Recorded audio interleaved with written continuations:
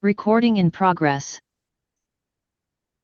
Bom, hoje teremos uma apresentação do Ricardo Toledo sobre Bauhaus e a nova arquitetura. É a segunda parte, a primeira foi um sucesso estrondoso. Estamos aqui na segunda parte. Ricardo, se você puder, rapidamente, para quem não assistiu a primeira, se apresenta, tá ok? Você está com a palavra.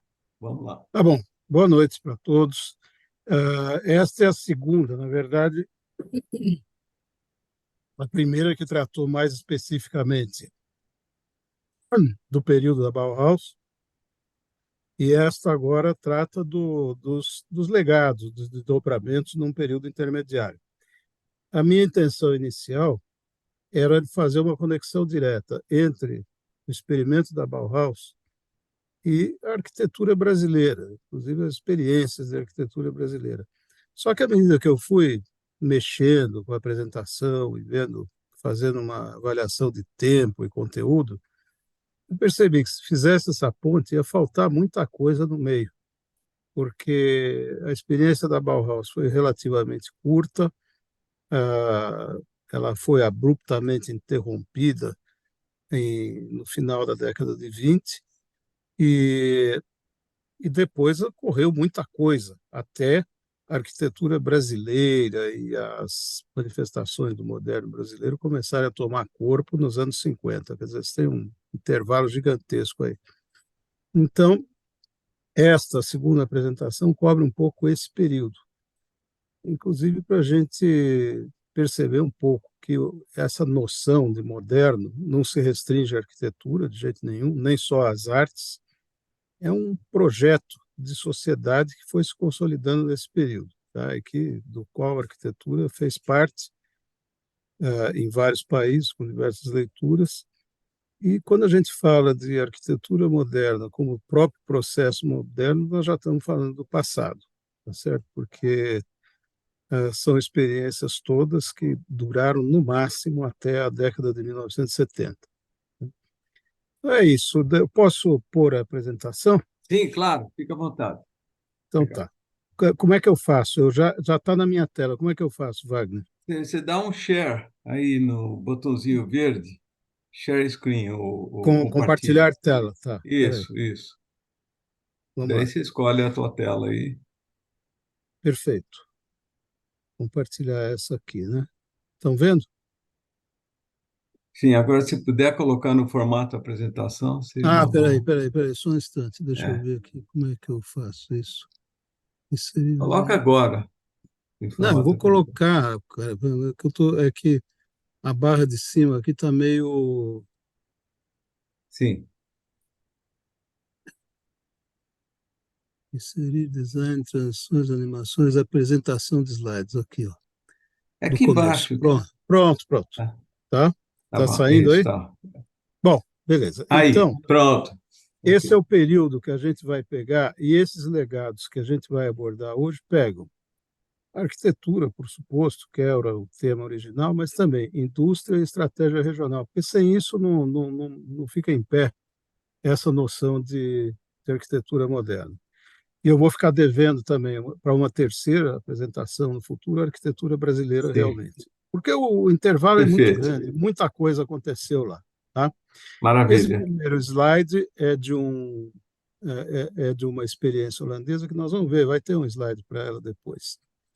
Aqui, grosso modo, o conteúdo que a gente passa, fora alguma parte conceitual introdutória, é a União Soviética, Estados Unidos, o CIAM, que é um movimento importante, porque marcou uma série de tendências. Aí a parte de industrialização da construção, que sem dúvida é um legado de segunda ordem daquelas discussões todas dos anos 20, né? Ah, a cidade racional, que também é um efeito retardado de tudo aquilo que se discutiu. E alguns antecedentes no Brasil, só para a gente preparar um pouco o terreno para uma próxima discussão. Tá? Não vai dar Perfeito. tempo da gente Tá. entrar a Você fundo sabe, nesse. Ricardo, Pois não. sobre a Rússia, o construtivismo, tivemos algumas apresentações, acho que duas. Ah, que Depois, bom. durante a semana, a gente circula, tá bom? que é Não, só maravilha. para ilustrar. Legal. Isso foi no passado. Quando é que Foi no foi? passado, faz uns 2 anos. Uns 2 anos. Tá, eu É, teria muita curiosidade de ver. É eu só vou colocar. tá, esse aqui, por acaso, essa foto exatamente é um exemplo do construtivismo soviético, né? É aquela pré-fabricação pesadona, aquela coisa que a gente depois vai comentar, tá? Tem umas controvérsias permanentes que até na semana passada o Ivan abordou com muita propriedade, questão de arte ou técnica. O que é arquitetura? Isso é um problema que é um problema existencial dos arquitetos, né? Desde que eu comecei a cursar e que nunca vai ser resolvido. Que, na verdade, originalmente é a mesma coisa, tá? Quer dizer, a arte é derivada do latim, a técnica é derivada do grego, como sinônimos para algum tipo de habilidade, de saber fazer. E, de longe, não se aplica só à arquitetura de jeito nenhum, quer dizer, se aplica praticamente tudo, inclusive fora do domínio mais conhecido da arte, tá? A gente, no Ocidente, costuma identificar a arte com alguma coisa mais do lado sensível, tá? E técnica com alguma coisa mais do lado racional, cartesiano. Isso é puramente arbitrário, é uma mera convenção de linguagem, porque realmente na origem conceitual as duas coisas não têm distinção entre si, tá? Para nós, acho que os arquitetos e também para os engenheiros civis, uma, uma obra, a obra mais antiga que existe, tratado mais antigo que existe, é o do Vitruvius, de arquitetura, que é baseado em três grandes conceitos, né? Em três grandes fundamentos. A estabilidade, a utilidade, ou a funcionalidade, se a gente quiser, e a elegância, tá? E, dentre outras coisas, um dos capítulos dessa obra, ela se refere, por exemplo, à criação do concreto e do cimento pozolâmico que foi criado, que foi desenvolvido naquela ocasião. Então, ela entra tanto por aqueles esquemas de como se faz uma coluna dórica, jônica, coríntia, como também na química com os elementos que eles tinham na época para se chegar às misturas de concreto que utilizavam, né? Então, é bastante. Isso aí, ele em si mesmo nega essa dicotomia entre arte e técnica.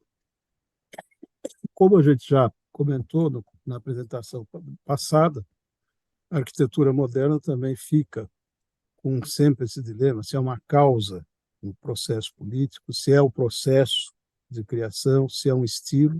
Nós não sabemos, não temos respostas definitivas. Cada contexto vai se apresentar de uma forma. E um aspecto importante que a gente vai destacar hoje é esse do Estado promotor, tá? Porque o Estado promotor é uma forma de você prestigiar o desenvolvimento da arquitetura, o Estado sempre por trás das obras, das coisas que vão ser construídas, e não só da arquitetura, mas dessa noção mais ampla da arquitetura, com todas as outras matérias, e que dá consistência a todo o processo moderno, né? E então, isso é importante, até porque havia uma contradição enorme nos arquitetos ditos antiburgueses, porque eles só tinham como contratantes burgueses. Então, como é que o cara vai ser antiburguês numa situação em que só existem contratantes da burguesia? Entendeu? O Estado resolveu, aparentemente, essa contradição, mas não resolveu absolutamente nada, porque não se sustentou também, tá? Bom, aqui uma coisa como causa política. Precisa ser moderna? Não. Este quadro do Goya é um exemplo de uma arte absolutamente, uma conotação política fortíssima e que não é moderna, tá? Então, não é uma característica intrínseca da arte moderna. Como processo é sempre político? Também não, porque Você pega a Sagrada Família do Gaudí, ela tem uma participação de processo fantástica. Quando você olha aqui do lado a construção dessas cúpulas que são posteriores a Gaudí, da morte dele, né? Os artesãos que participaram, são coletivos enormes de artesãos, de gente que participou disso aí, criavam com bastante liberdade esses detalhes, né? E o próprio Gaudí estimulava que isso fosse feito. Ele não era um tipo de projetista a levar o projeto até o último detalhe. Havia um espaço realmente para que os que trabalhavam nesse processo, nessa obra, pudessem também dar a sua contribuição. Então, isso se consagra uma coisa importante e não é sempre político, porque não tinha o Gaudí, ele propriamente, era politicamente muito cordato com tudo que acontecia, ele não se metia realmente em nenhuma polêmica política, né? No entanto, ele foi um enorme inovador no sentido de envolver realmente as equipes que trabalhavam com ele na construção dessa grande obra de uma forma extremamente democrática dentro do processo construtivo. Então, não era a política na acepção mais comum do termo, mas sim um processo interno realmente de compartilhamento da decisão de projeto. E terceiro, arte como estilo. É uma coisa complicada. O estilo é uma coisa que desvincula-se do processo de produção. Então, aqui tem um exemplo muito marcante, no caso, é um exemplo negativo, né? São colunas pretensamente clássicas produzidas em ferro fundido com uma textura, né? São pré-fabricadas e puramente decorativas, porque dentro desse ambiente, dessa biblioteca, elas não têm nenhum papel estrutural, né? Então, isso é um uso mais extremo de um pretenso estilo, sem nenhuma função, sem nenhuma conexão com o conteúdo, a funcionalidade daquela intervenção, daquela obra, né? Bom, o que acontece nos períodos que antecedem realmente ao longo, em paralelo a Barroso, o que está acontecendo de maneira geral nesses movimentos? Você tem uma contradição primeira, que são dois tipos de leitura do que seria a vanguarda, isso ainda nos anos 20, tá? No caso da Bauhaus, como eu já tinha mostrado, a gente já tinha discutido na apresentação anterior, existe uma grande influência do movimento de emancipação, de liberdade, de um socialismo alemão que era capitaneado pela Rosa Luxemburgo. Aí, quando você pega o construtivismo soviético, ele faz uma outra leitura da vanguarda, provavelmente vocês já abordaram isso no passado, que é a pretensão dos condensadores sociais, quer dizer, é a arquitetura e as outras artes e as técnicas sendo utilizadas como indutores de um processo social que se quer plantar em nome de uma nova sociedade, de uma nova relação social.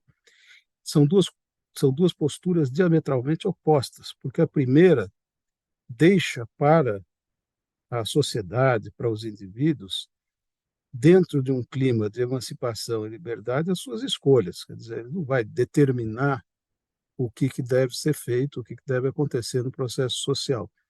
Já no caso do construtivismo soviético, ele é determinista socialmente, porque ele quer, a partir de uma definição de processos físicos, moldar um processo social. Quer dizer, isso é uma coisa que depois se mostrou completamente furado, que não funcionava, mas houve tentativas muito sérias, tá?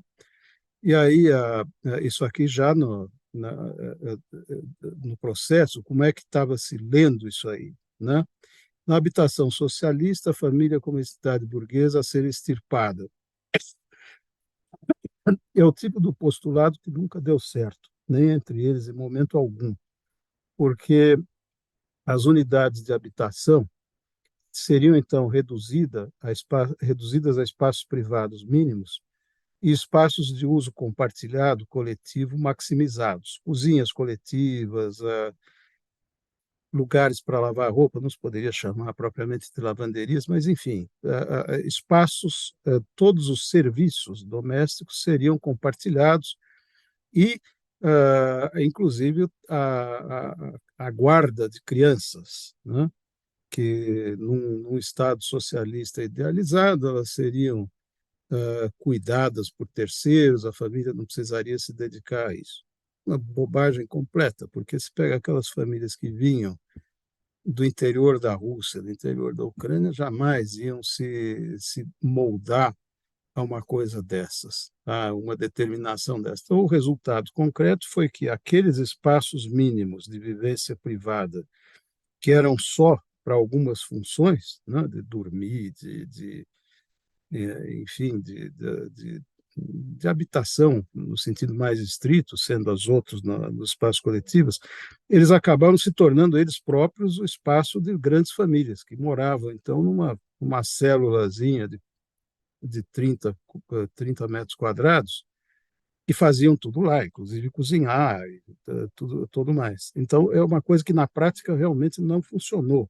Houve algumas experiências, forçaram a barra, mas não prosperou, né? O que seria o local de realização plena do trabalhador seria na própria instalação industrial, onde você teria os clubes, os locais de cultura, etc. Isso prosperou um pouco, prosperou sim, mas não em detrimento, como se pensava, do espaço de habitação familiar. Quer dizer, essa foi a premissa errada, né? Que ao você melhorar as condições no local de trabalho, estimular uma série de atividades paralelas ao trabalho, você diminuiria as funções no espaço privado. Bobagem, não aconteceu, tá? Então, aqui tem algumas coisas que certamente vocês já viram nas apresentações passadas, que são manifestações de artes plásticas, bem no início, né, numa fase preliminar do construtivismo. Este monumento importante aqui do Tatlin, do Monumento da Terceira Internacional, ele se tornou um ícone realmente do construtivismo, das artes plásticas do construtivismo, que eu saiba, ele nunca foi construído para valer na época em que deveria ter sido. Depois foram construídas reproduções com base naquilo que ele havia projetado. E aqui um pouco do que resultou a arquitetura construtivista. Esse é que é o ponto que para nós é importante a gente detalhar um pouco. Hannes Meyer, como eu disse para vocês, a gente discutiu na outra apresentação, foi um dos 3 grandes diretores da Bauhaus, ao lado de Mies van der Rohe e de Walter Gropius. Agora, ele era declaradamente um comunista de corte soviético. Embora ele fosse suíço de nascimento, ele era partidão de carteirinha, né, a gente poderia dizer. E ele foi um dos responsáveis pela introdução mais pesada de tecnologia, da parte de pré-fabricação, tecnologia de construção pesada, de construção média, né, na Bauhaus, mas ele tinha esse viés político. E quando eles se separaram ao fim da Bauhaus, os outros 2 foram para os Estados Unidos e o Hannes Meyer foi para a União Soviética. E lá ele participou de projetos importantes, por exemplo, a Biblioteca Nacional Lenin. E depois teve uma participação dos arquitetos soviéticos, porque essa fotografia é uma fotografia de como era o prédio originalmente. Depois foi acrescentada uma porção de coisa e a imagem posterior do prédio ficou completamente alterada, tá? Se você vir uma imagem recente, ela já não vai mais nem sequer lembrar muito isso aqui. E a mesma coisa do edifício do jornal do Pravda, que foi um projeto do Hannes Mayer, mas que depois também teve uma participação importante de outros profissionais e que também sofreu uma série de alterações ao longo do tempo, né? Isso eu acho importante a gente ver que são construções institucionais que teriam um caráter simbólico, inicialmente de um certo despojamento, de uma mensagem mais direta, né? E usando técnicas construtivas mais racionalizadas, e que depois isso mesmo vai ser negado pelo próprio regime soviético, né? Aí, um dos grandes símbolos que você tem da produção arquitetônica do construtivismo é esse Narconfin. É uma é uma é um desses condensadores sociais que seria um espaço de habitação associado a toda essa central, esse outro prédio que você vê, esse outro volume que sai, seriam todas as instalações coletivas. E isso então do Comissário Popular de Finanças, tá? Esse era um prédio bastante avançado para a época, previa uma cobertura utilizável, uma série de coisas, e uma construção impressionante. Quer dizer, quando se fala do construtivismo soviético em arquitetura, uma das primeiras que desponta é essa construção. Essa foto que vocês estão vendo à direita é dele restaurado. A partir de 2020 ele foi restaurado, tá? Então está numa condição bastante interessante. Tá, você olha, o restauro durante de 2016 2020. Então está um prédio contemporâneo, bastante razoável. Não há nenhum problema com ele, né? Você tem esses corredores que eram os acessos às habitações, a arquitetura original mais ampla não foi modificada, né? Agora, antes do restauro, o que ocorreu ao longo dos anos era isso aqui, quer dizer, uma franca degradação de todos os espaços. Olha a cobertura utilizável, como é que ficou, né? A própria fachada toda carcomida. E aqui impressionante essa foto da unidade interna de habitação, né? Uhum. Então, não ficava nada a dever aquilo. Não sei se vocês chegaram a ver uma época esse edifício onde hoje funciona a prefeitura, basicamente, as instituições da prefeitura do Martinelli, né? Mas antes da prefeitura transformar aquilo em, em sede de várias secretarias e vários serviços, era um prédio que estava um pouco encurtiçado, quer dizer, aqueles corredores tinha de tudo, você tinha tudo quanto era tipo de serviço e tal. E o Narconfin tá bem assim, né? Um exemplo hoje ainda, que não é exatamente um prédio, mas que vocês podem ir, se tiverem curiosidade, é numa galeria na rua 24 de Maio, não a Galeria do Rock, a outra, a 116, né? É uma degradação igual, né? Que de vez em quando eu ia lá, trabalhava no centro, era um negócio assim de assustar, mas eu achava interessante ir por uma questão de entender um pouco como é que é usado um espaço desses assim, depois de Sim. degradado, né?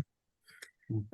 Aqui um outro importante que é, desculpe, aqui passou sem querer, tá? Ele é do Kolozov, 1926, e ainda está em uso hoje, tá? Esse mais um clube de trabalhadores e coisas assim, e que ainda está em uso. Quando você olha do ponto de vista arquitetônico, da experiência arquitetônica da época, 26, ele tem um caráter de vanguarda, tanto quanto os prédios dos arquitetos da Bauhaus, e depois aqueles que saíram de lá e foram para Tel Aviv, que vocês se lembram que a gente mostrou um pouco, né? Semelhantes, quer dizer, uma linguagem da época que se manteve. Mas sempre, isto são sempre arquiteturas para instituições, quer dizer, o Estado financiador dentro de uma pauta política muito definida, né? Aqui, esse Rusakov Club é o mesmo caso, que é do Melnikov, que é outro dos grandes ícones, dos grandes marcos da arquitetura construtivista, da arquitetura soviética, né? E vocês percebem, ele tem um caráter, não chega a ser monumental, mas um caráter grandioso. Monumental não é, porque ele procura manter uma, um compromisso com a racionalidade. Quer dizer, nenhuma dessas construções assume o caráter declaradamente monumental. Elas são grandes, elas são imponentes, mas elas não têm esse caráter, tá? Ela passará a ter depois. Nós vamos ver daí depois tem uma outra leitura, uma outra evolução e que cria uma ruptura daí, né? Este aqui é um prédio, é um complexo projetado pelo Le Corbusier, de 29 a 33. Que se saiba, é o único prédio projetado pelo Le Corbusier que foi construído até o fim e que se manteve. Ele está em uso, isso é uma foto, são fotos recentes, ele está em uso até hoje, tá? Como comitê de estatísticas, coisas assim, lá da Rússia, né? E, e esse é construído dentro, realmente, de todos os postulados racionais e de arquitetura moderna. Um pouco, tem alguma coisa que não é exatamente, que é o fato dele ter esse revestimento pesado aqui de pedra, né, mas que se explica um pouco também por conta do clima e pelo fato de, na época, não estarem ainda tão avançados os materiais isolantes para a fachada, né? Então, ele ainda apelou para uma técnica mais tradicional para fazer esses componentes de isolamento. E interessante o desenho interno dos corredores, com essas passagens. Quer dizer, ele é bastante contemporâneo e parece que hoje é bastante visitável. Eu nunca estive lá, nunca estive na Rússia. Mas quem conhece sabe, diz que é visitável, que está lá aberto até hoje, né? Agora, ah, aí você tem algumas coisas que ocorrem dentro do fronte político-cultural soviético que acabam acarretando uma ruptura, tá?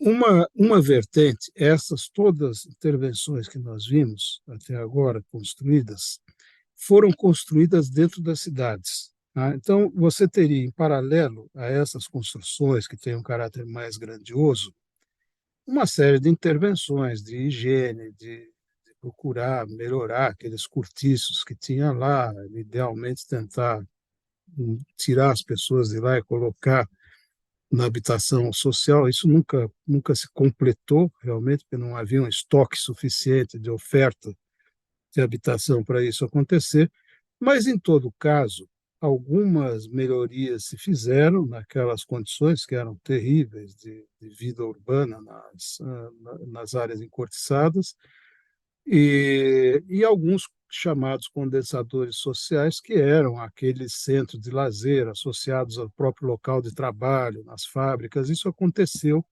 realmente na cidade. Então, isso era uma vertente, era o problema que já existia nas grandes cidades, especialmente em Moscou, mas também nas outras, e que foram sendo resolvidos com esse enfoque. E você tem um outro enfoque que não é contraditório ao do construtivismo urbano, mas é, de certa forma, complementar, que é o desurbanismo, quer dizer, é o foco no desenvolvimento regional. Teoricamente, você poderia abrir mão de cidades como tal, trabalhar só com uma noção de grandes redes de infraestrutura e acesso e núcleos urbanos. Claro que existiriam núcleos urbanos, mas especialmente associados a núcleos de produção industrial, de produção agrícola, né? Então, é uma forma de descentralização do processo econômico. Quer dizer, é isso que estava associado. E com isso você tem uma mudança de escala, você tem um salto aí. Quer dizer, essa vertente não estava olhando muito para a intervenção na cidade ou nos condensadores sociais, assim chamados, mas sim em grandes estruturas de produção no espaço regional, inclusive em áreas que ainda não eram totalmente ocupadas, em áreas que se prestavam a isso, né? Então, o grande símbolo disso aí já é em plena era stalinista, porque a gente demarca mais ou menos 33, porque o Stalin já estava lá há mais tempo, mas foi aí que ele assumiu realmente o, eh, todas as funções, inclusive o Comitê Central, né? Então, 32, 33 é que foi vamos dizer, a consolidação. E este complexo de Dnipro, que está que está no território da Ucrânia, que hoje Ucrânia, ele teve um projeto que, que foi iniciado ainda em 27, uma construção em tempo muito rápido, que levou 5 anos para construir as principais unidades, né, uma grande hidrelétrica, e que se dedicava a vários usos da água, daquela estrutura que estavam formando, abastecimento, irrigação, industrial, urbano e geração hidrelétrica, por suposto. Era a principal estrutura era uma central hidrelétrica, pesca e navegação. Então, isto, vejam bem, foi um precursor. Nós estamos falando aqui em 27 de uma visão de aproveitamento múltiplo, que em si era interessante. Tá? O grande problema é que isso veio com uma conotação política extremamente pesada e, e autoritária mesmo. Quer dizer, eu até peguei, eu não trouxe aqui para vocês, mas tinha um jornal brasileiro do Partido Comunista, a Voz da Unidade, falando tecendo loas ao processo, uma coisa completamente diferente, que ia revolucionar tudo, que era exatamente essa central do rio Dnipro, tá? Que é na localidade de Dnipro, na Ucrânia. Aqui tem um selo comemorativo, né, porque 1932 foi quando fez 15 anos da Revolução de 17, era a inauguração do troço, e foi um grande marco, realmente, de uma mudança de postura dentro dessa visão de espaço regional, urbano, arquitetura, etc., na União Soviética. Eles já usavam, na época, explodir barragem como método de guerra, né? Isso está em Dnipro, realmente, está a montante de Kherson, onde há pouco tempo explodiram um outro, né? Mas essa era muito mais importante, essa aí era a principal barragem lá do sistema, né?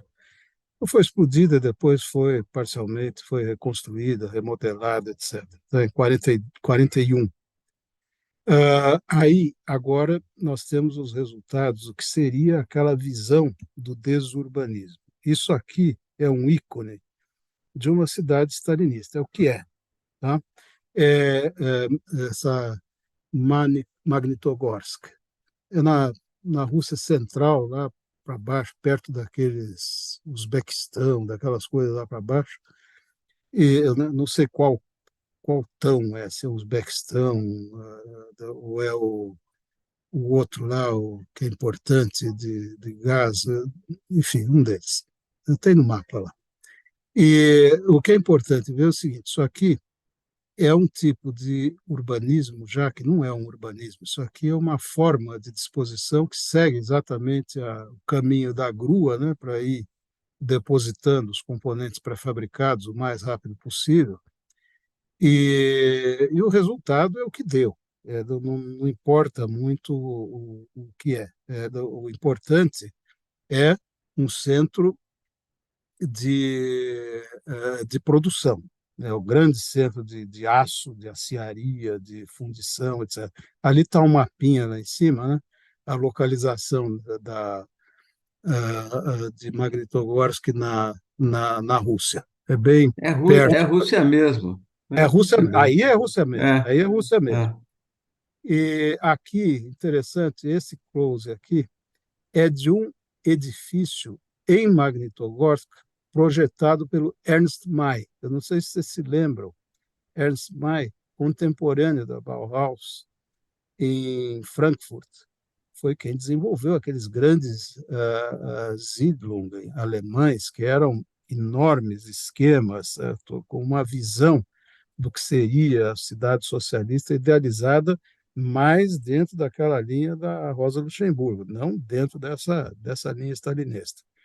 Então, aqui, essa foto recente mostra sim, o nível de abandono, deterioração que ficou. O troço ficou, tá realmente uma lamentável estado, né? E é o que sobrou da grande contribuição dos socialistas alemães dentro disso aqui.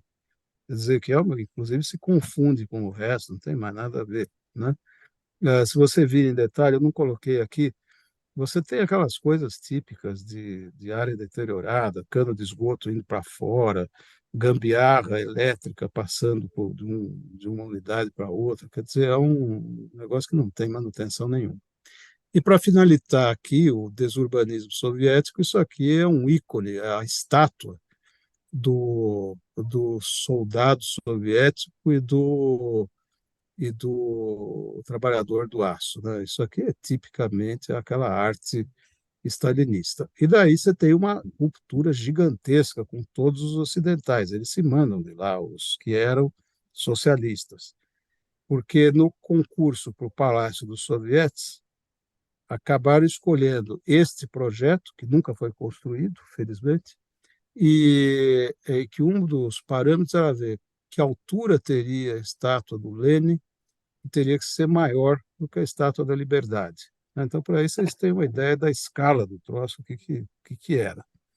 E aí houve uma ruptura total, quer dizer, todos saíram brigados e o esquerdismo passou a ser reprimido como algo indesejável também no Estado soviético. Tá?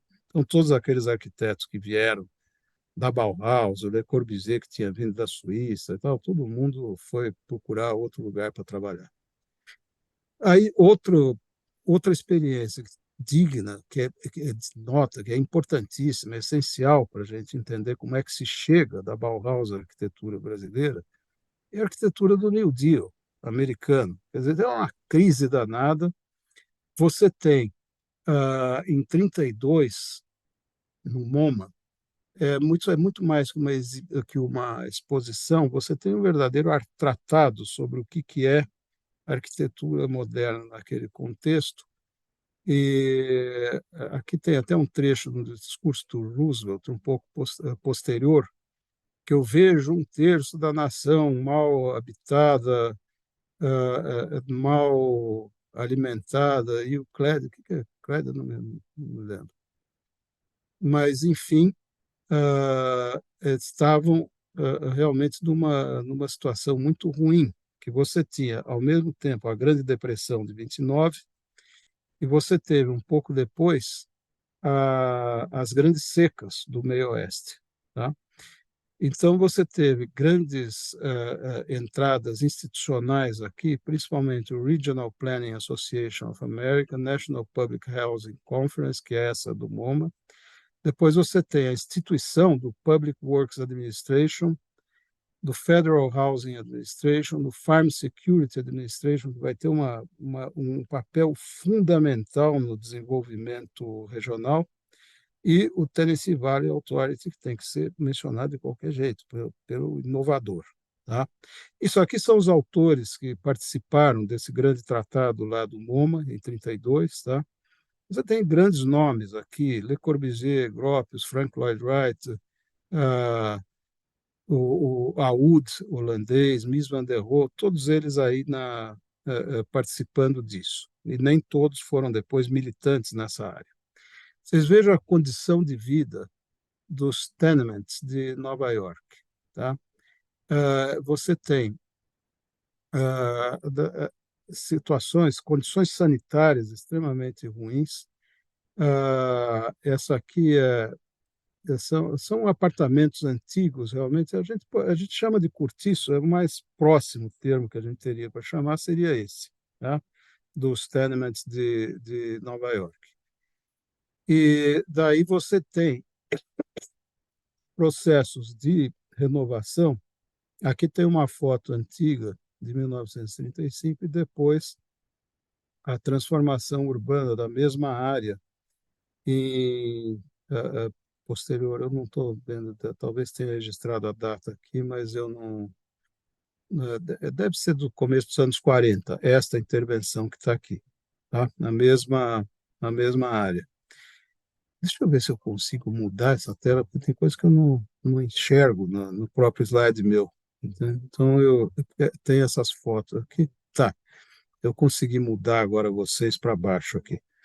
Então, essas são as vistas atuais desta mesma localidade. Aqui uma intervenção importante no Harlem River Houses, e que é da autoridade de Nova York com dinheiro do Public Works Administration federal. Tá? Então, isso já é pleno New Deal. E essa visão aqui de baixo, oh meu Deus, eu ponho o mouse, ele mexe. Já são as visões atuais do Harlem River Houses. Esses são visitáveis hoje, é possível que alguns de vocês tenham visitado. Eu visitei um lugar muito impressionante, muito, muito boa qualidade, né, até hoje, a arquitetura, a distribuição urbana, etc. Então, é uma das intervenções grandes do New Deal que ficaram. Uma outra mais em área central, Williamsburg Houses, e que foi projetada por esse escritório do Lescase, que era um dos signatários daquele grande tratado. O Lescase se destacou muito mais como administrador e projetista dessas grandes áreas do que realmente a arquitetura pessoal dele. Tem até uma casa interessante em Manhattan, que é dele, que está aqui nesse pequeno slide aqui do lado, né? Nessa pequena foto aqui do lado, que não é desprezível a produção dele como arquiteto, mas ele se destacou muito, muito mais como administrador e projetista de grandes massas nessas intervenções urbanas, né? Isso foi uma tendência depois, estou pontuando isso porque é uma tendência, vários profissionais depois se destacaram muito mais nesse trabalho mais de coordenação do que realmente no projeto de edificações, né? Aqui é um balanço que mostra, não vou entrar em detalhe, mas como a importância relativa do fundo público mudou, ficou muito maior depois do New Deal, tá? O valor absoluto cresceu, se vocês olham o período 34, 39, mas o que importa mais ainda, mais significativo, é o quanto desse valor dos public works representa do total de construção. Quer dizer, nos anos precedentes ao New Deal, o mercado respondia pela maior parte. Tá? Depois, o papel do New Deal se tornou absolutamente vital para a sustentação da atividade econômica em todos esses ramos. Então, é o que eu disse no começo, não é mais arquitetura só que nós estamos falando de um conjunto, é o moderno como um processo econômico, técnico, de tudo, né? Aqui, um processo que é importante se levar em conta, a gente levar em conta no estudo desse período, é o que aconteceu das grandes secas no meio oeste, né? Essa Dorothea Lange foi uma grande fotógrafa lá da coisa, ela que testemunhou as maiores cenas da grande imigração, Tem um filme interessantíssimo que eu aconselho quem não viu a ver, que chama The Grapes of Wrath, As Vinhas da Ira, em português, baseado no livro do John Steinbeck. É um filme dirigido pelo John Ford. Esta foto aqui, desculpe, essa aqui do meio, é do filme, tá? As outras não, as outras são reais lá da época. E vale a pena ver, porque depois, nos anos 50, talvez alguns tenham assistido, como eu, uma versão açucarada dele que se chamava Oklahoma, né? Que era um musical, um troço meio bobagem. Agora, o Grapes of Wrath realmente vale a pena ver. Ele tem uma versão digital excelente no YouTube. Aqui são fotos da época, os danos causados, né? Essa, esse é o formato típico das migrações, dos, das famílias parando no meio do caminho. Esta foto eu acho absolutamente incrível, da Dorothea Lange, dessa mulher que tem uma expressão muito significativa de tudo aquilo, porque ela é bonita, se você olhar a expressão dela, ela é lindíssima. E só que ela tinha 7 filhos, ela estava na casa dos 30, eu não sei se está dito aqui quanto, mas era 30 e pouquinhos anos de idade que ela tinha na época, né? E a fotógrafa relata que ela viu essa criatura e achou que essa era a expressão de toda a dor, de toda a contradição, de tudo aquilo que estavam vivendo naquele processo do Dust Bowl, que é como se chamou realmente essa época. As habitações iniciais de refugiados eram extremamente precárias, né? Isso aqui, totalmente improvisado, eram acampamentos muito improvisados. Depois, você tem uma intervenção, por isso que eu disse para vocês, o papel central que teve o, o Resettlement Administration, que era do Departamento Rural, tá?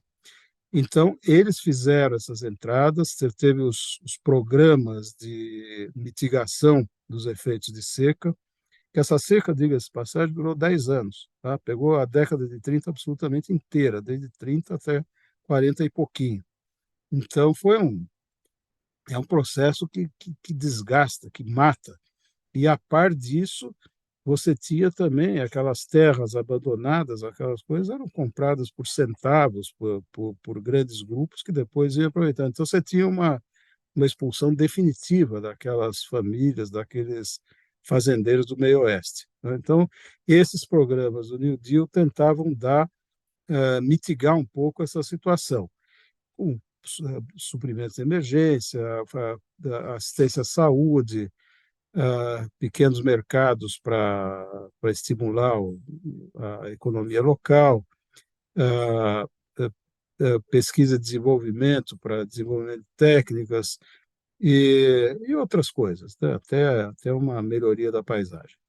E aqui, como ficam agora os assentamentos um pouco mais definitivos, aqueles promovidos pelo governo, né? E, e, e daí você, aqui, ó, esse aqui é de Shafter, na Califórnia, são alguns exemplos de como, até se vocês virem ou reverem o filme, o Grapes of Wrath, vocês vão ver um pouco como é que era também isso, tá? É muito fiel, ele tem uma construção muito interessante. Aí a gente já parte para uma outra escala, que é a seguinte: no meio oeste, você tem a criação do Public Works Administration e a atuação deles em cima de um departamento criado dentro deles, que é the United States Bureau of Reclamation, tá? Reclamação do que de águas, tá? É o primeiro departamento federal de gestão múltipla de águas. Então, você tem algumas obras, que é essa Araz Junction, na Califórnia, esse Grand Coulee Dam no Rio Colômbia, o Bonneville, que são precursores, são muito importantes para a estruturação de águas para irrigação, para controle de cheias e também para a geração de energia nessa região no meio-oeste. E, com isso, uma tentativa de mudança da economia.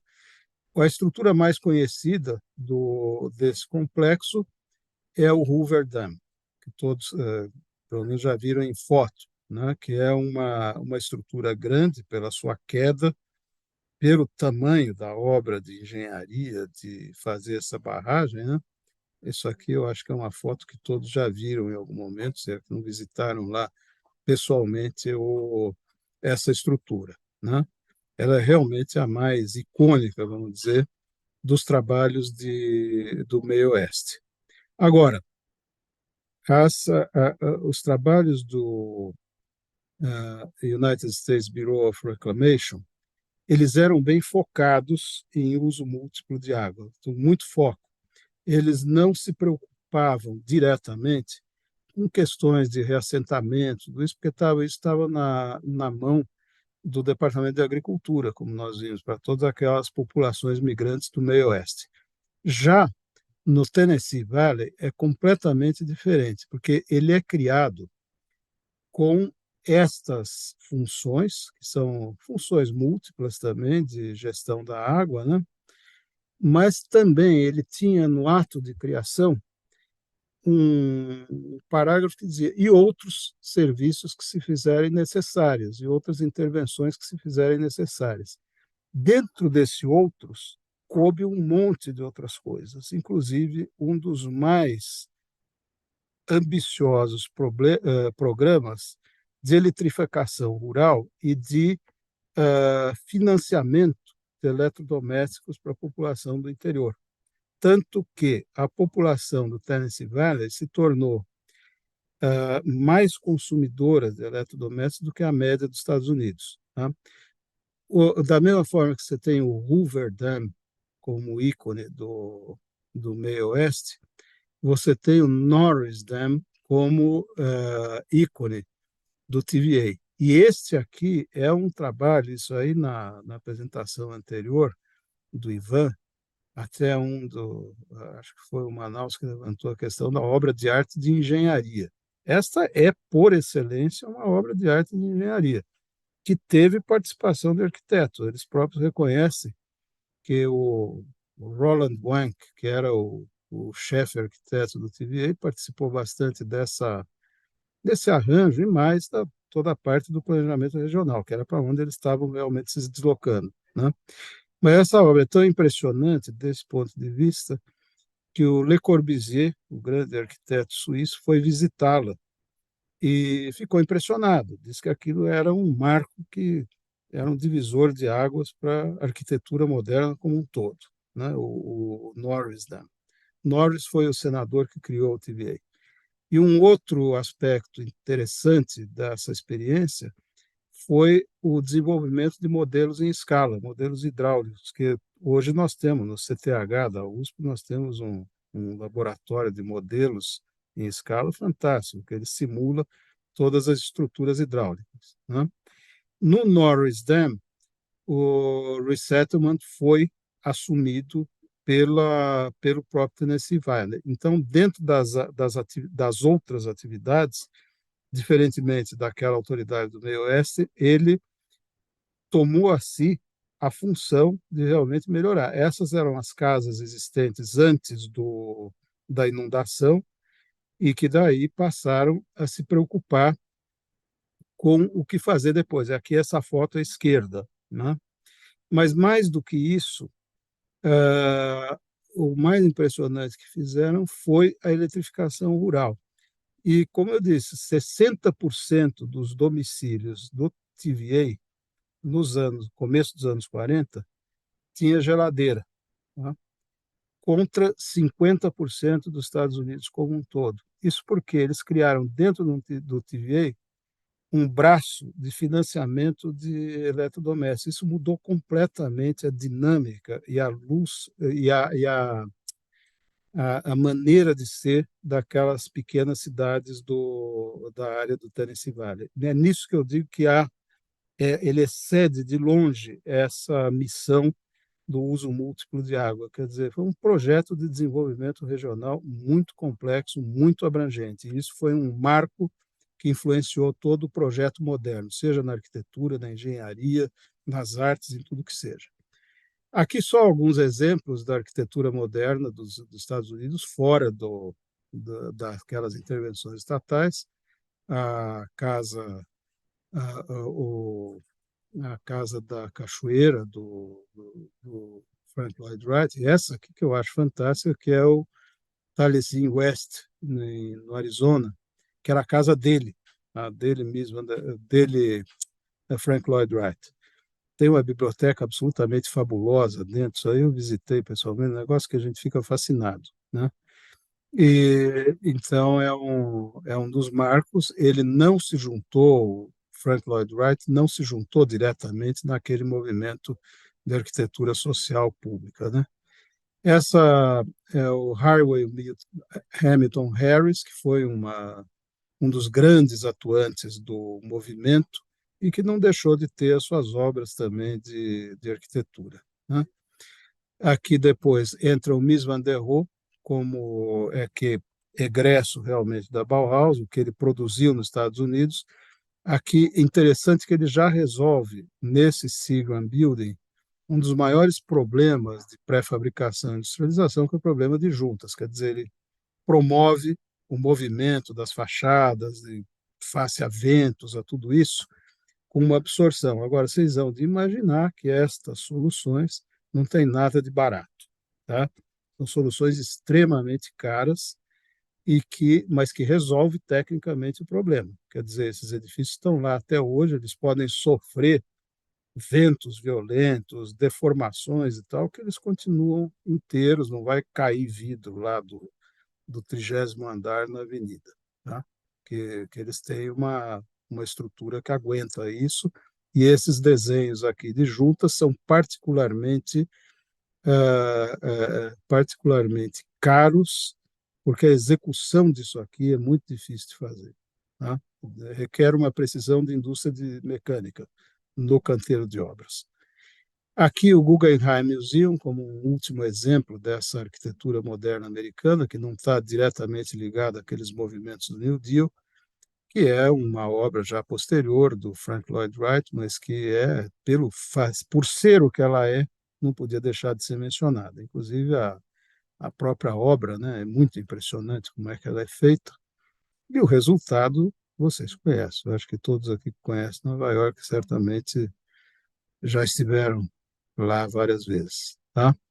Uma outra, uma outra coisa importante, nós não temos muito tempo, mas é o Siam.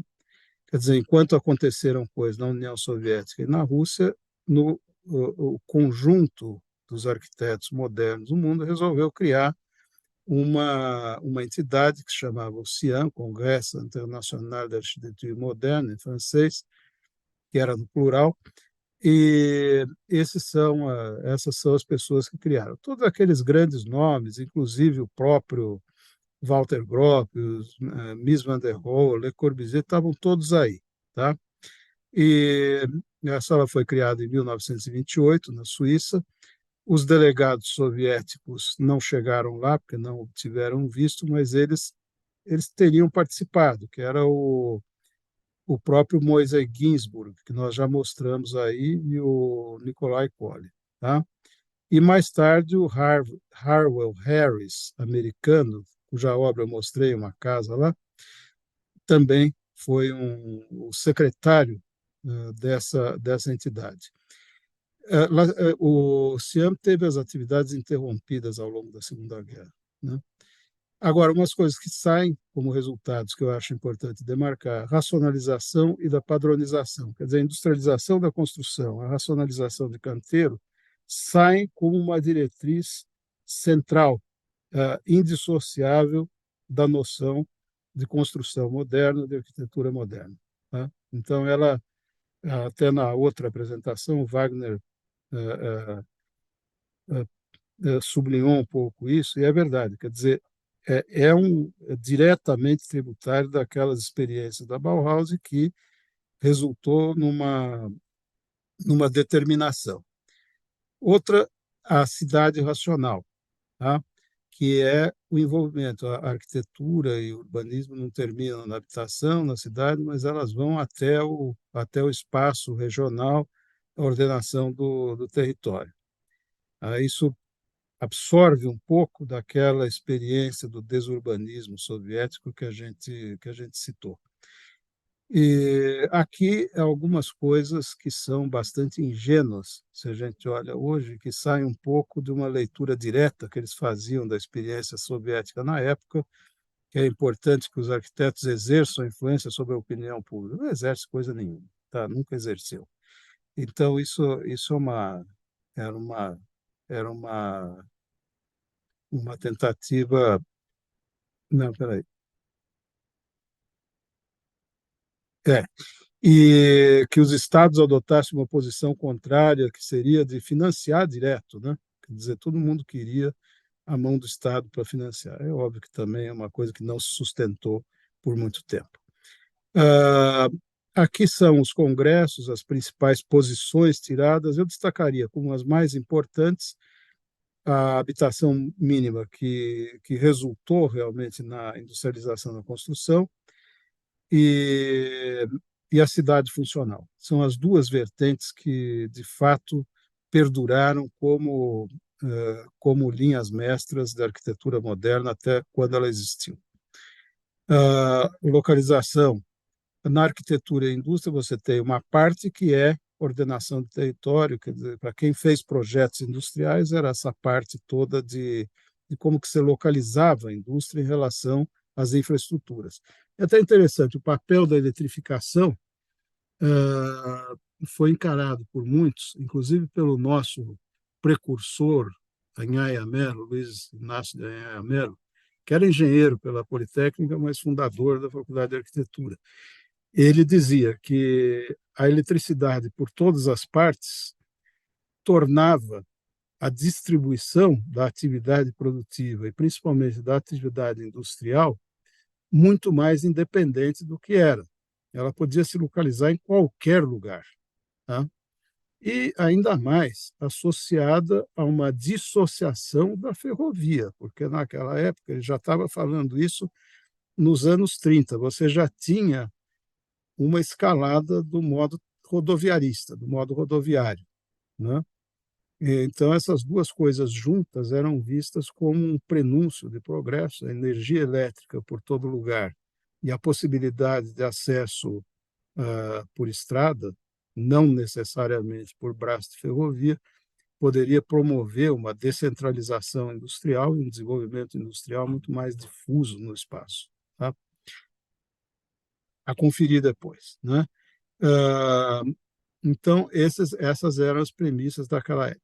Sobre pré-fabricação, eu começo com a pesada soviética, que nós já vimos um pouco. Ela é bem pesada mesmo, e um dos problemas fundamentais era esse das juntas, tá?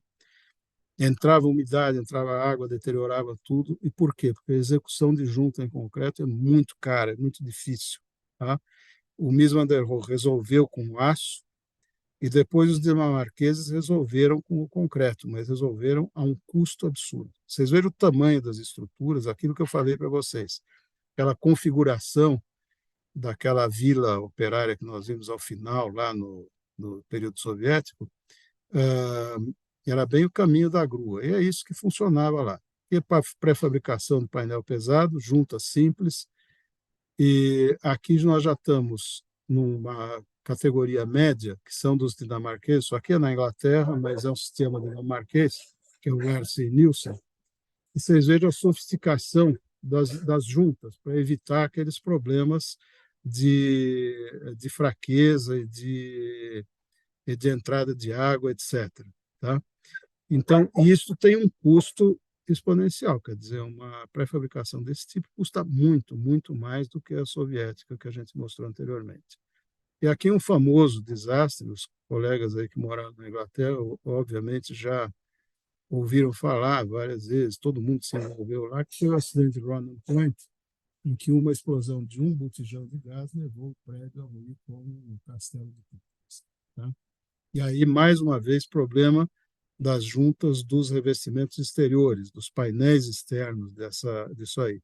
E, recentemente, houve um incêndio que matou muita gente lá também, nesses claddings externos. Tá? Aqui alguma coisa que nós mostramos no início da apresentação, que na Holanda se adotou muito pré-fabricação, mas sempre oculta. Quer dizer, você tem as estruturas em grandes painéis pré-fabricados, depois o revestimento externo, que é importante por causa do inverno rigoroso, é feito em alvenaria tradicional, de modo que você tem uma variabilidade toda de estrutura que é dada pelos grandes painéis, mas uma aparência muito uniforme de todo o ambiente urbano e arquitetônico na Holanda. Né?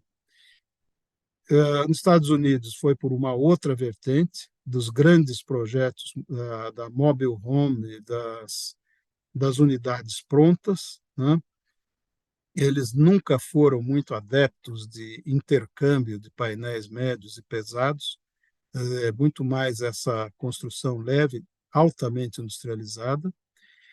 E aqui, depois, nós temos como último desdobramento do Siam a cidade racional, quer dizer, a entrada dessa noção de moderno no planejamento regional e urbano.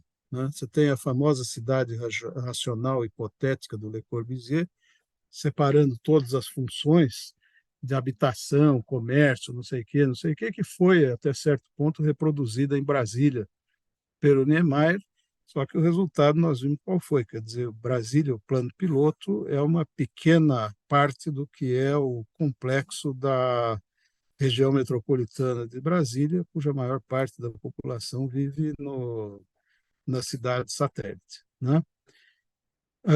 Aqui, Chandigarh, que foi a primeira experiência concreta, vamos dizer, dessa cidade racional, e que separava os edifícios administrativos num complexo chamado Complexo do Capitólio. Estes edifícios são de arquitetura do Le Corbusier, pessoalmente. Estes monumentais, aliás, vocês lembram um pouco, no Memorial da América Latina tem alguma coisa parecida, né? Então, isso aqui é Chandigarh na parte monumental. Aí depois você tem uma pessoa que nunca foi muito citada, que era o Maxwell Fry, que foi o arquiteto que projetou todo o resto de Chandigarh, não a parte monumental, mas responsável pela parte urbana comum, do cidadão comum. Então, ele estudou muito toda a arquitetura tropical, as coisas locais, para não chocar a cultura local. E ele tem uma obra escrita importantíssima, e a obra dele nessa intervenção de Chandigarh foi ímpar. Né? Quer dizer, ele revalorizou a, a arte local ali. E, claro, pelo tamanho que vocês veem aqui de Chandigarh, a parte urbana não monumental é muito maior do que a parte monumental que está aqui nessa franja.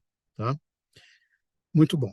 Brasília, vocês todos conhecem, esse mapa aqui está rebatido, né? O norte dele tá para lá. Em geral, a gente põe os norte para cima, mas eles costumavam fazer assim para mostrar aquele desenho de avião.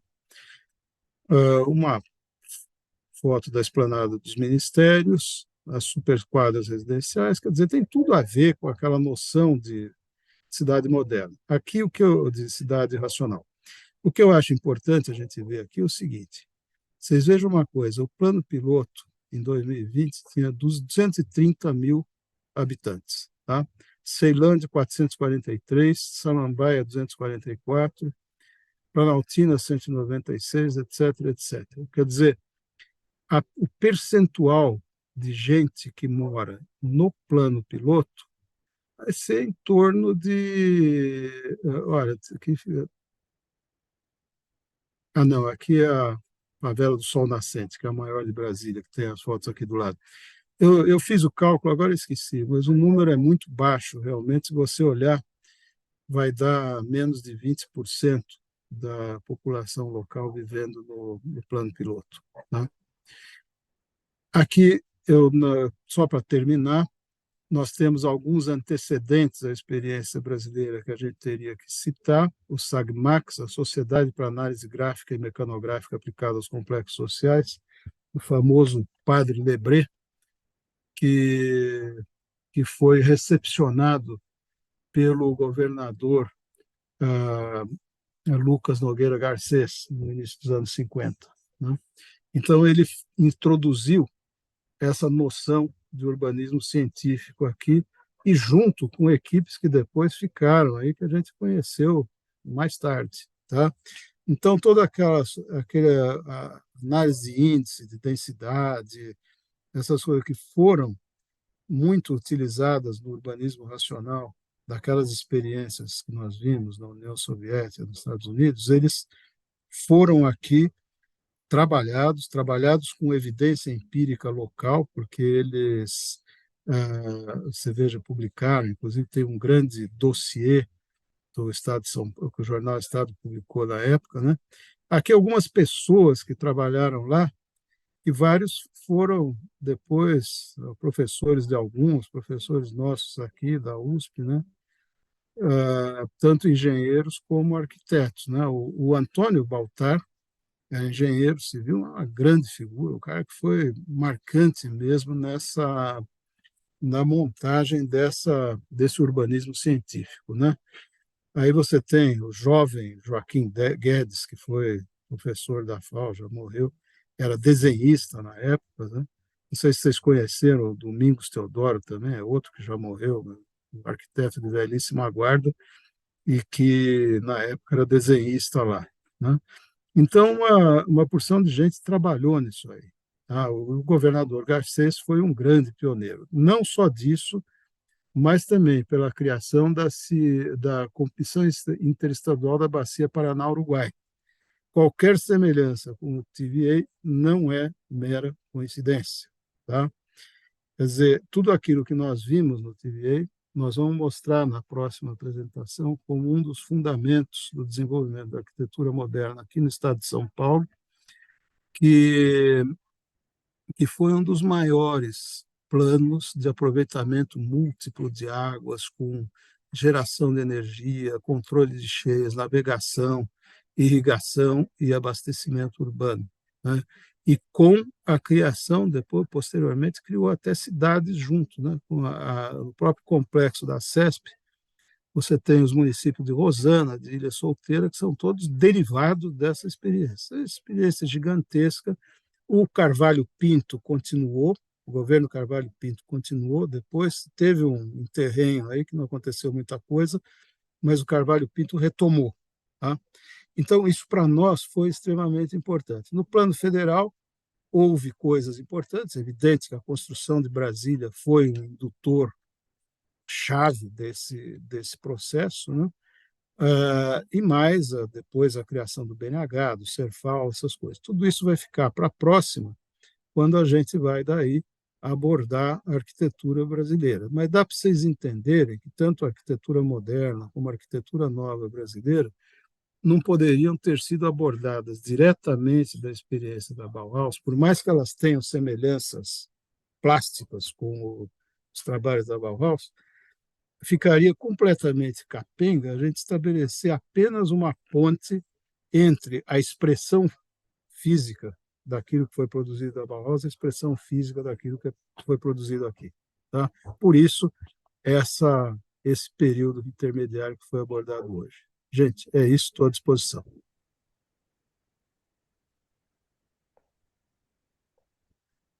Parabéns, Ricardo. Muito bom, viu? Parabéns mesmo. Está excelente. Obrigado. Parabéns, Muito obrigado, interessantíssimo. Ricardo. Muito Excelente interessante. palestra. Muito bom apanhado. Eu estou Muito pronto para obrigado, apanhar Thiago. também. Obrigado pela aula. Muito obrigada.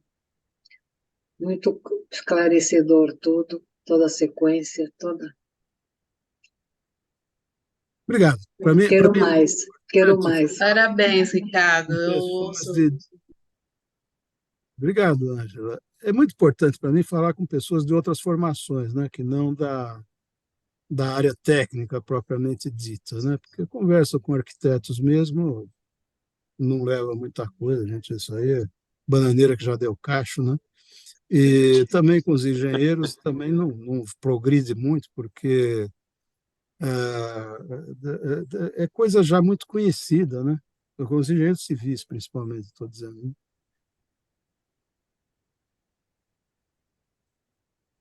Bom, já que o Wagner não está aí, alô? Estão me escutando? Já que o Wagner não está aí, eu vou levantar a mão e vou falar. Pois não. É muito boa a apresentação, Ricardo. Eu só fiquei com uma dúvida. Pelo que eu entendi, a Bauhaus era um conceito novo, estético e de planejamento urbano. Mas eu não entendi onde entra as represas, o Hoover Dam. Quer dizer, isso também Não. foi uma concepção derivada da Bauhaus? Não. Um efeito de Essa é a minha segunda dúvida. ordem, eu diria, Ari, porque não foi jamais, inclusive porque a Alemanha Tá. não tinha potencial Então, hidrelétrico para aproveitar, quer dizer, não, de jeito nenhum. Era a não, mas noção de tem planejamento alguma intensivo. influência? Alguma Não, influência da Bauhaus? Por que o Hoover Dam entrou na palestra? não, a influência é a seguinte: o que entra realmente é a concepção de um Estado interventor em toda a estrutura física, seja de cidades, seja de regiões. Tá? E nisso, a metamorfose ela é indireta, quer dizer, não dá realmente você ligar o Hoover-Dam com a Bauhaus seria um contrassenso total, não tem absolutamente Aham, nada a ver. entendi. Mas o Tá bom. processo que leva a essas grandes intervenções regionais nos Estados Unidos, que é a admissão de que você teria que ter um Estado promotor disso. Isso, para a cultura americana, era alguma coisa muito revolucionária, muito chocante, porque era absolutamente contrária à cultura de uma livre iniciativa total. Não é? E, Uhum. então, você tem, por oposição, aquele grande projeto de Dniprostroi do stalinismo, que eu mostrei, ele foi um precursor das grandes intervenções do TVA e do Hoover Dam, porque foi a primeira grande hidrelétrica articulada com siderurgia, com irrigação, com eletrificação rural, tudo isso. Tá? Essa ideia básica eles tiveram lá, tiveram antes que os americanos. Diante da tremenda crise que o Estado americano tem que enfrentar nos anos 30, essa opção passou a ser vista como alguma coisa válida, que não era. Não era. Isso aí estaria pelo antecessor do Roosevelt, esqueci o nome dele agora, mas não era. Isso aí não era uma saída admissível. Tá? Então, é nesse sentido. Agora, depois, como ela evolui concretamente, claro, fazer uma ponte direta com isso seria uma impropriedade, não dá mesmo. Entendi. Falou, obrigado. Não. Ricardo, eu sou o próximo que estou pedindo a palavra. Assim, eu tenho uma dificuldade, ou melhor, uma confusão que eu faço, em que os principais artistas, muitos dos artistas plásticos dedicados à pintura do início do século passado, de alguma maneira tiveram passagem ou treinaram numa entidade chamada, ou uma escola chamada Bauhaus. Qual é a exata conexão? Arquitetura com artes de um modo geral? E aí a arquitetura entra? Olha, a sua pergunta é extremamente importante e eu acho que poucos têm resposta precisa a ela. A arquitetura é uma habilidade extremamente antiga, tá? Você, como a gente comentou, quer dizer, existe desde o tempo da Roma antiga, passou por toda a Idade Média, tudo. Nunca se preocuparam em uma conexão direta com as outras artes, não tinha isso. No tempo da antiga Roma, você tinha a figura do arquiteto hidráulico, que era o cara que fazia aquedutos, tal. Não havia uma divisão entre a arquitetura e a engenharia. Tá? O conceito era único, não tinha nada que dividisse naquela época. E mesmo até a Idade Média não tinha. Então, aí criou-se uma divisão realmente. Na Alemanha, o ensino de arquitetura naquela época era extremamente técnico, tá? Fora da Bauhaus, eu estou dizendo. Mas aí a Bauhaus se cria como um centro de múltiplas artes e traz para dentro formas de produzir arquitetura, tanto porque os diretores eram arquitetos, tanto o Mies van der Rohe como o Walter Gropius, eles eram arquitetos de formação. Então, eles desenvolveram as áreas de arquitetura. E aí, externamente, a Bauhaus, você tinha grandes movimentos funcionando, eram grandes intervenções mesmo, os Siedlungen de Berlim, de Frankfurt, e coisas que eram arquitetos próximos àquela cultura, mas que não tinham nada a ver com a Bauhaus, né? Então, ela criou esse senso de uma chamada, eles chamavam na época de arte total, que é um termo que o Wagner também usou, que é um termo difícil de você também absorver, não é cada um interpreta um pouco do jeito que quer, né?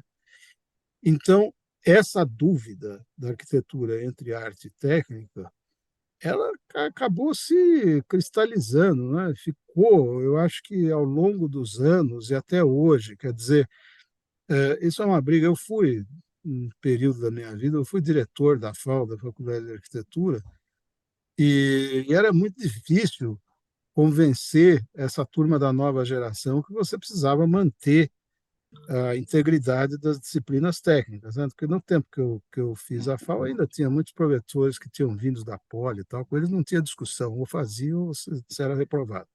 Agora, a geração mais nova contesta isso, tanto que eu criei, na época, junto com o diretor da Poli, que era um grande amigo meu, uma nova opção que era voltar à formação dupla de engenharia e arquitetura. Até hoje estão se formando lá os meninos em civil e arquitetura juntos, né? Então, não é obrigatório, isso aí é uma turma que, por opção, faz isso. Tanto da Poli como da FAO, eles juntam e fazem uma dupla formação. Então, isso era para reforçar um pouco esse sentido. Também para reforçar esse sentido, criamos um curso de design para aqueles que querem ser artista e designer, vai lá e faz o curso deles. E não fica tomando espaço na faculdade de arquitetura e tomando pau anos em seguida, em resistência dos materiais, em cálculo, essas coisas, entendeu? Então, é uma pergunta difícil que você falou. Eu não sei se eu respondi, não devo ter respondido, mas na Bauhaus se Você respondeu criou sim. essa convergência. Que Essa é a depois coisa que eu procurava. Uhum. Verdade, é isso mesmo. Muito obrigado, Ricardo. Nada, Excelente palestra.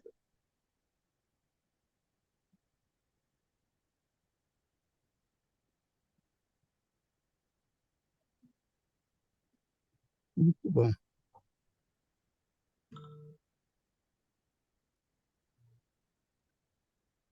Eu fico aí à disposição. Wagner, você está falando, eu não estou ouvindo. Wagner, Desculpe, desculpe. Tava no mudo aqui. Mas olha, muito legal. E a gente fica no aguardo. Aí tem essa parte 3, né? Que seria arquitetura moderna e arquitetura nova no Brasil. Então, Perfeito. ficamos E é aqui no com isso se aguardo. encerra a trilogia daí. Exatamente. Muito bom, legal, excelente. Então obrigado, tá, obrigado a todos. ficamos por Legal, aqui. valeu. Valeu, Boa obrigado, noite a abração. todos. Wagner, Valeu. aí, Valeu, Ricardo, Ricardo. Boa noite. Obrigada, Obrigado, até excelente. Valeu. mais. Norma, Eliane, Obrigado, Vandinha, Ricardo. Tchau. Muito Tchau. bom. Tito também.